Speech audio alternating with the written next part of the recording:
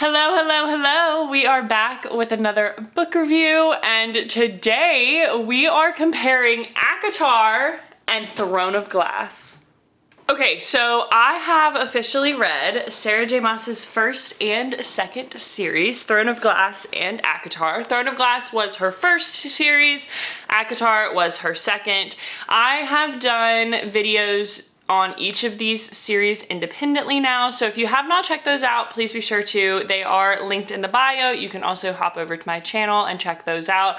I am currently in the midst of reading Crescent City, her third series. I just finished the first book and it is so good. So please be sure to be on the lookout for those videos as well when I finish Crescent City. But today we are going to review Throne of Glass and ACOTAR. I'm just gonna share some of my biggest differences between the series and just what I liked and didn't like about the series now that I've read them both.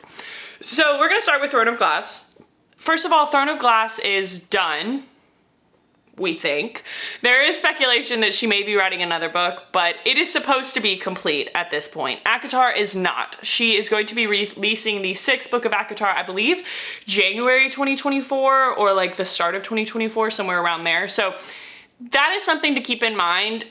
Throne of Glass has 8 books, ACOTAR has 5. So we have potentially a lot more development that's going to happen within the ACOTAR series. So just keep that in mind when you're thinking about like just how developed these stories are, correct? Okay, so I think the biggest difference between these series is that the Throne of Glass series is from a third person's point of view. A Court of Thorns and Roses is from a first person's point of view. This makes such a difference when you're reading these stories. It really changes just the entire dynamic of the storylines. Okay, so I can't really say which one is my favorite perspective. I think it might be third person, but hear me out on why. Okay, so A Throne of Glass is third person. We definitely have a main storyline that we're following. We definitely have Selena that we're following and keeping up with her first and foremost. But there are so many different characters in this book series and so many different storylines that you're following in this series, and third person allows for so much character development and storyline development because you can get to know the characters all on such a deep level and you can understand their storylines all on such a deep level, whereas in A Court of Thorns and Roses it is from a first person's point of view, mainly Feyre's. You have the occasional Rhys chapter here and there, and then obviously A Court of Silver Flames is from Nesta's perspective, but for the most part this series is told from Feyre's point of view. That does limit things a little bit in terms of how much character development and storyline development is possible when you're coming from one person's perspective. And I didn't really think about that until I read Throne of Glass, because I got to know all of those characters so much that I realized in A Court of Thorns and Roses, there's some other characters that I'm really interested in. Azriel, Cassian, like there's just a bunch of other stories that I want to really evolve. But like I said, I think A Court of Thorns and Roses, given that it's not done yet, and I think we have quite a few more books left to go, I have a feeling that she is going to continue down this path and that the next few books are really going to be focused on telling the other characters' stories and really diving into their point of view and their character development and their storyline progression, which I also really love. I think it was really nice that they were told from 2 different perspectives because it felt like you were reading such a different series, even though there is so much about them that are similar. Obviously, they are telling the story of the same type of world. We're still talking about Fae in both of these series. We're still talking about the same type of fantasy world, and I really liked that. I liked that it was a lot of the same types of fantasy characters, a lot of the same types of like world development, like the world that Maas has created in both of these stories are fairly similar. They're obviously not the same world, and they're obviously not like following the same rules and hierarchies and things like that. But I like that it's the same types of characters within both of these series. I did enjoy that. Probably the other biggest one that you see on the internet about like differences between these series, they're both very action-packed series. They're both very, very action-packed. My favorite part of these series by far is like just how heavy on the action they are. I love an action series. Throne of Glass has incredible romances. It has multiple incredible romances, but it's not super smutty. There are some scenes that go down that Maas smut alley, the beach scene, if you know what I mean, you know what I mean. But it's not a heavy smut series, which I didn't mind at all. It put a lot more emphasis on the story and the world and like the intricacy of everything that Maas did in Throne of Glass. This series is so intricate, so intricate. Like she wove a web that just like blew my mind. And I think that the lack of smut really allowed for that story to hit home really, really hard. But then A Court of Thorns and Roses, I mean, the smut in this series is so good. Like the romantic storyline in this series is phenomenal. And the fact that we got it for another set of characters in A Court of Silver Flames, phenomenal. And I think, like I said, I think that trend is going to continue in the next few books. It's just a little different in that way. If you read A Court of Thorns and Roses first, just know you're not going to get a super, super smutty series in Throne of Glass, but you are going to get some incredible, incredible action-packed romantic storylines, okay? If you read Throne of Glass first, just know that when you read A Court of Thorns and Roses, you are going to get the action, you are going to get the romance, but it's going to be heavy on the smut. So just be aware of that. Also, both of these series have incredible leading female characters, okay? But they're very, very different.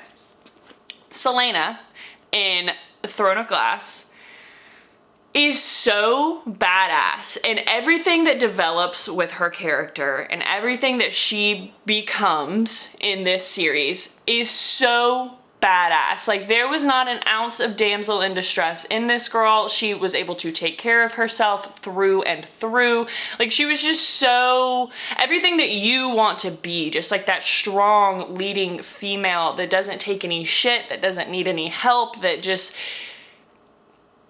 I loved it. I loved her character so much. I think that she's my favorite character so far that I've read in a Maas novel. I think it would be Celaena, for sure. Feyre, on the other hand, develops into that. So she does not start off as this super badass, I can take care of myself, like, no. She starts off like a little damsel in distress. As I said in my ACOTAR specific review video, I got a little annoyed with her at times. I was a little like, you're a little whiny. You're a little annoying. Like, come on, buck up, be strong, right?